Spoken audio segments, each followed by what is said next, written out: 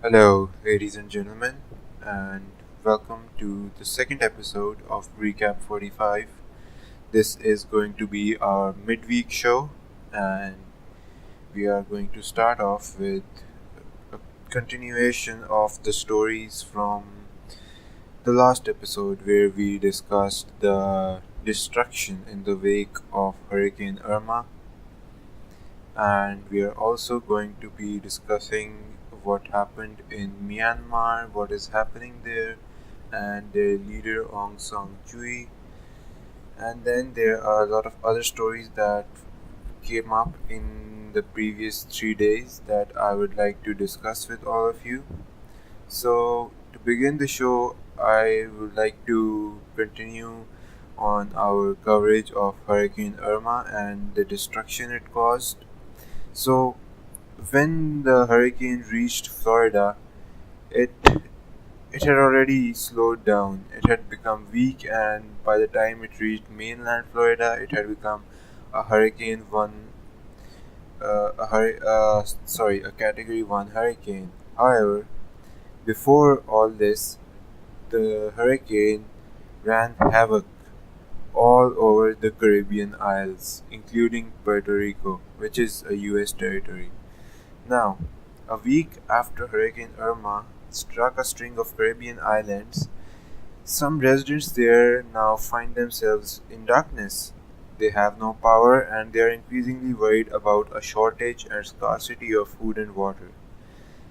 And after the storm, there were residents and tourists who described that there was a volatile situation with a lot of challenges ahead to a lot of challenges that would force people to fend for themselves.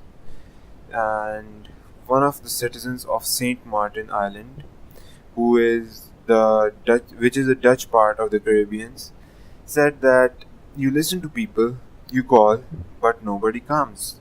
I even don't know how long it will take before people here get food. This morning, my wife was making soup with just two potatoes in it. We have nothing to eat. Now, from what I heard in the reporting from CNN, most of the US citizens living in the Caribbean and the Bahamas and the tourists, they were evacuated. They were evacuated first to Puerto Rico and then they were sent back to the US. However, the people that were left there were left to fend for themselves. And according to one of the people, his name's Adam Marlett, he's the founder of the Global Disaster Response Team, had a stark assessment when he was speaking from St. John, which is a part of the US Virgin Islands, a US territory. He said the biggest problem, not just the destruction and the debris, but getting people off the island because there's no sustainable option for them. And so basically, what these people will become will be refugees for the time being because the Caribbean Isles have been devastated by this hurricane. I mean, the destruction compared to what happened in Florida, where Florida Keys was the place that was hit the worst, that doesn't even begin to comprehend the kind of damage that has been done to places like St. Kitts and Nevis, where they are still facing power outages. Antigua and Barbuda, where one person's dead and the island has suffered total devastation. Saint Martin, where four people are dead, and the U.S. Virgin Islands, where four people are also dead. and there have been some deaths in the British Virgin Islands and Haiti and Turks and Caicos Islands and Cuba as well. Cuba was hit by strong winds and rain, flooding in some northern coastal areas, and they confirmed 10 dead. But the US was spared. The US was spared because first of all their infrastructure allowed them to evacuate over 6.5 million people, and there was nothing more than high winds, which the basically the biggest problem that the people of Florida suffered was the power outage and nothing else. However, these people in other territories, they have been devastated, and this can become a very large problem if it is not taken care of. Moving on to our second story, it's going to be a continuation of our story on Myanmar, where the situation is worsening because more than 370,000 Rohingyas have now fled to Bangladesh to escape violence.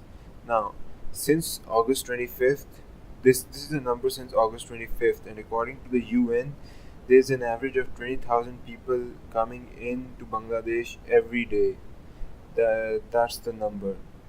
Now, there has been some development as of late, and that is that Myanmar's de facto leader, their the head of state Aung San Suu Kyi, has cancelled a trip this month. And guess where she was invited? She was invited to the UN General Assembly. And uh, uh, if you had asked me a few months ago, I would have said that she would have gone to the assembly and given a very inspirational speech about how she struggled during her house arrest to bring democracy into her country.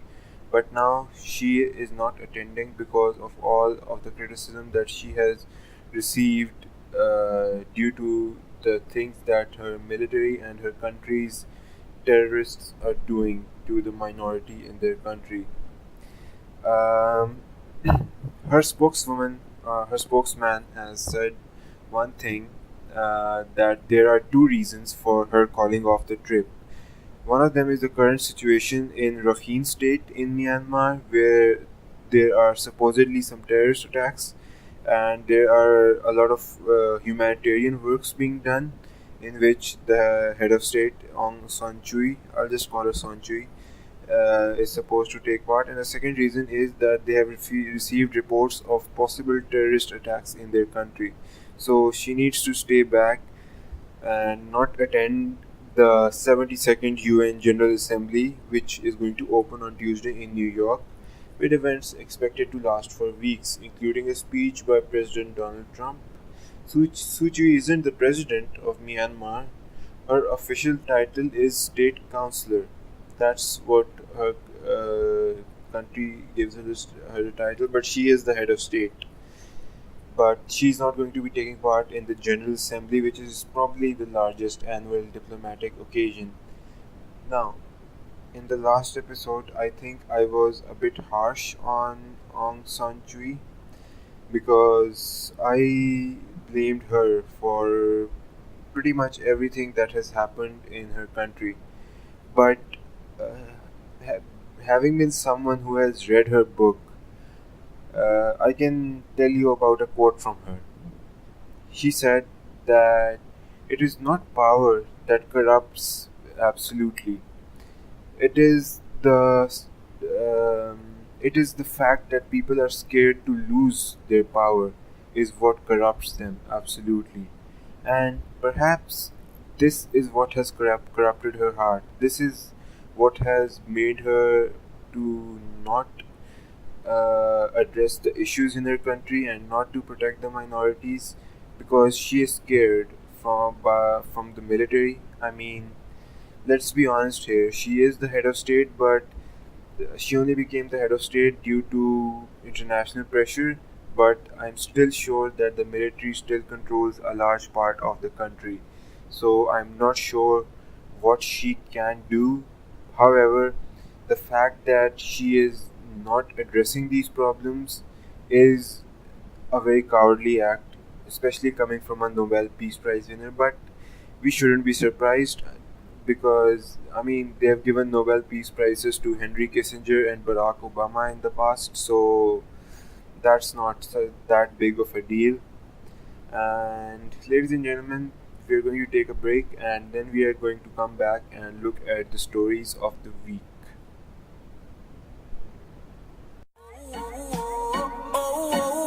I'm falling, so I'm taking my time on my ride. I'm falling, so I'm taking my time on my ride. Taking my time on my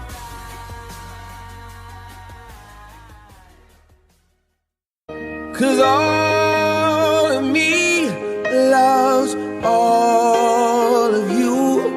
Love your curves and all your edges, all your perfect imperfections.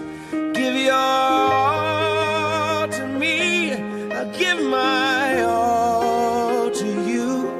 You're my end and my beginning.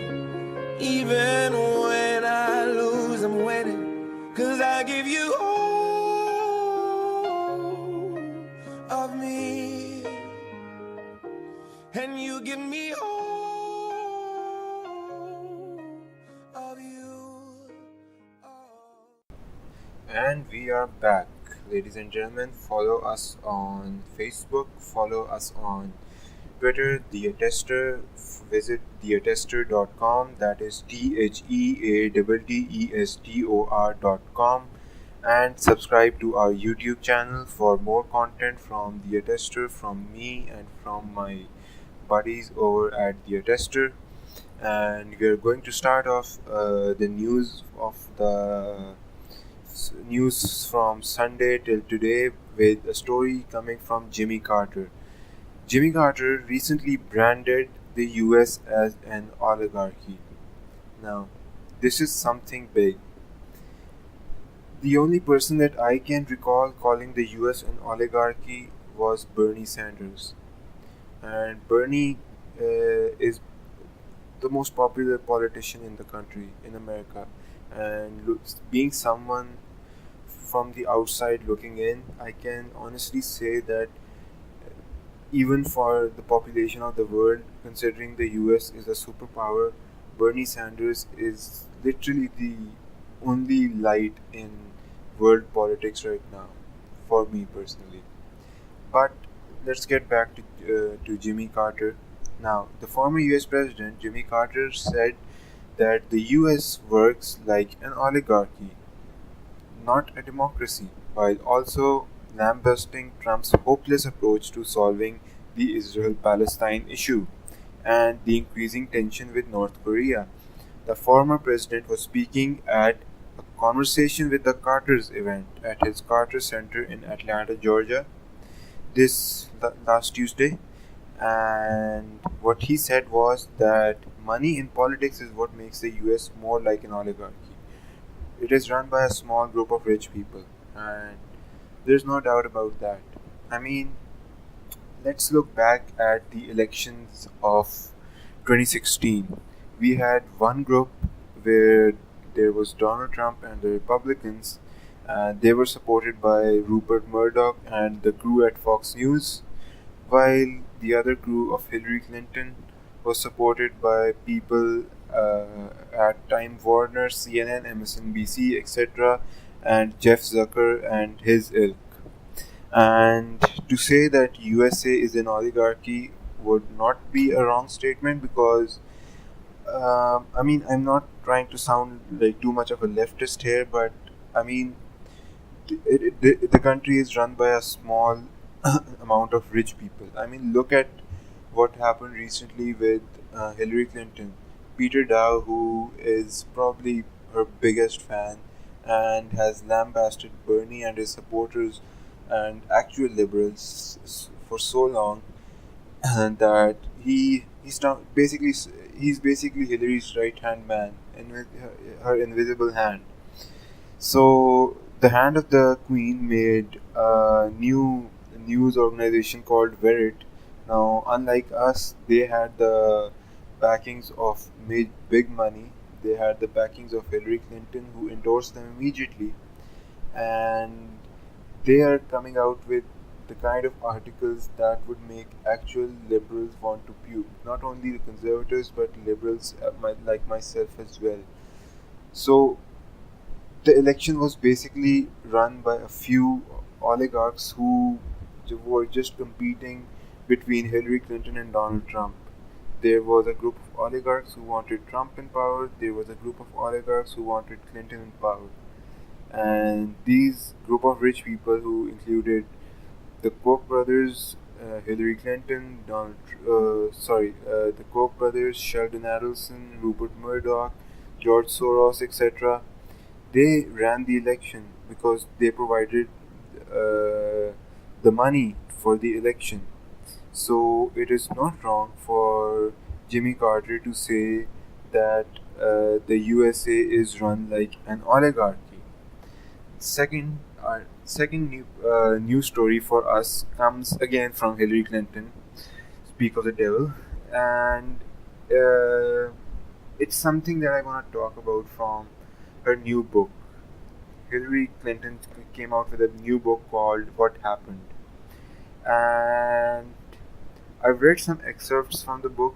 I have read a lot of reviews about the book, not the book. I'm sorry, about the book, and let me just tell you what this book is all about in 2 words. In 2 words, the best 2 words to explain what this book is about is blaming Bernie. That's it. I mean, in excerpts that I read, which were posted online even before the book was published, Clinton lets her anger loose on Bernie, who was her main challenger for the Democratic nomination, for what she feels was an unrealistic campaign promise that made, which was not though, because all he wanted was Medicare for all and some common sense government where peop- the US starts taking care of its own people rather than going to these pointless wars. I mean, the US is the largest superpower in the world, but they cannot give their country universal health care. I mean, universal health care is not the universal healthcare is not a socialist or a communist plot. It's something that is available in every first world country. So I don't know where Hillary gets the idea that Bernie Sanders was the reason that she lost. Maybe the fact that Bernie challenged her center of the right democratic policies that she was going to follow up from Barack Obama, and that Bernie said that it's time for the Democratic Party to actually become liberal, actually become a left wing party, and that challenge tampered her campaign, and people actually realized that at the end of the day, she's not that much better than Trump either. I mean, she is better, but it did open their eyes to the fact that she's another center to the right Democrat, just like Obama was. She's not going to stop the wars, she's going to escalate the wars, she's going to continue her neoliberal policies, which are going to destroy more middle class families. So basically, why she's blaming Bernie is because he challenged the establishment, and she does not like the fact that her establishment was challenged. And other than Bernie, there are other people who also she also blames, and these include Jill Stein, Julian Assange, Barack Obama. For some reason, I don't know why she blamed Obama. She blamed Jill Stein because she thinks that the people who voted for her should have voted for her. I think Clinton is under some kind of delu- uh, delusion of grandeur that all the everyone who is left of Trump should have voted for her, and that all these people owed her vote. And lastly, she blames the media and the debate moderators, which, to be honest, there is nothing more hilarious than Clinton blaming the media for her losing an election to a man who was despised and reviled by an astoundingly high percentage of that media. I mean, outside of Fox News, there was no mainstream outlet that gave Trump good coverage in the United States. Yet she finds a way to say that the media helped elect Trump by giving him massive amounts of free airtime and spending too much time on her email scandal, which was a rightful scandal. Of course, the media gave Trump huge amounts of coverage. Every time he opened his mouth, he said something more controversial than the last time. But the coverage he was receiving was not positive coverage. The coverage he was receiving was not the kind of coverage that gets someone elected. The media was not rooting for him. So stop acting like a petulant child and claim responsibility for the fact that you lost the election because you were incompetent, because of the fact that 80% of your advertisements were aimed at uh, at the incompetencies of Trump and not policy. You should take the blame because your whole campaign was run on the fact that you were better than Trump, and not that you should be elected because you you deserve that position. You were not born with a silver spoon in your fucking mouth. That's what a representative democracy is, Hillary.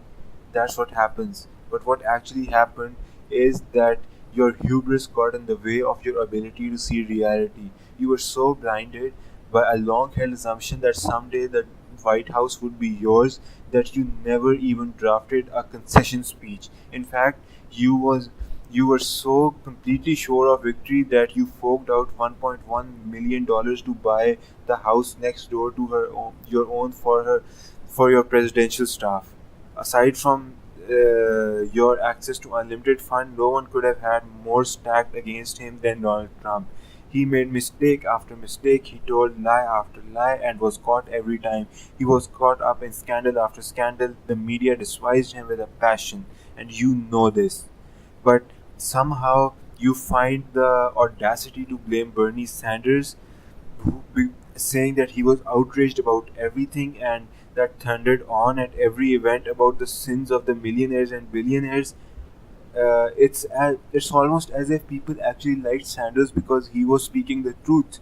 He was speaking truth to power, and it is incredibly telling that you use the fact that Sanders was outraged at injustice as an insult. If you yourself had displayed some outrage at the things Americans were outraged by, you might have been seeing better results right now. But then again, you ran a status quo campaign. Any outrage you claimed to feel would have been insincere anyway. Alright, Hillary? So do not come at us with all this petulant childish bullshit. Thank you, everyone. I'll be back after a little break, and I'll see you in 2 minutes. Work it harder, make it better, do it faster, makes us stronger, more than ever. After hour, work is never over. Work it harder, make it better, do it faster, makes us stronger, more than ever. Hour after hour, work is never over. Work it harder, make it better, do it faster, makes us stronger, more than ever. Hour after hour, work is never over. Work it harder, make it better, do it faster, makes us stronger, more than ever. Work it never over. Work it harder, make it better, do it faster, makes us stronger, more than ever. Hour after hour, work is never over. And we are back for the final part of the show, ladies and gentlemen. And there is only one story that we are going to be covering in this final section, and that is related to the economy. Now, the US recently hit the $20 trillion mark on its debt. However, an expert has recently come out and said that the US debt is going to continue soaring after hitting a 20 trillion mark. The US national debt will continue mounting unless the White House implements structural reforms on spending, warns former European Union consultant Paolo von Schirach in an interview with the Sputnik news agency. At the moment, there is absolutely no sign that either the Trump administration or the Congress want to seriously overhaul the entitlement programs that are the root cause of the systematical fiscal imbalance. Chirac, the president of the Global Policy Institute, says the US debt officially broke the 20 trillion mark recently, after Trump signed a law to suspend the debt ceiling, that law will go on until the December 8th of December this year, where the U.S. Treasury will be allowed to borrow money until the 8th of December. But the situation is likely to get worse in the future. And Chirac himself has admitted that the US still has good credit history and investors will be willing to lend money to Washington because I think the US probably has the best rating in of all the superpowers and major powers in the world. But the problem has also been admitted and has to be admitted by the Congressional Budget Office, who provide budget and economic information to Congress, and they estimate that the federal debt held by public is now at its highest level since shortly after World War II, and that the deficit would reach 150% of GDP by 2047. And this is very, very, very alarming because mounting debt increases government interest costs. What is this going to do? This is going to put additional pressure on the budget, and this is going to improve the chances of a fiscal crisis, one like 2008. Hence, it is important for the US to get off this high horse of Keynesian economics and this spending spree of and this lifting of the blockade on the debt ceiling is not going to work well for the country. So that is the show for today, ladies and gentlemen. Thank you very much for tuning in. Again, remember to like, subscribe, and comment, and share this video with your friends if you like it. Check us out at theattestor.com. That is TheAttestor.com. Follow us on Facebook, www.facebook/theattestor, and on Twitter at theattestor. I'm your host Jalil Javed, and until Saturday, take care of yourself. God bless you all, and thank you very much for tuning in.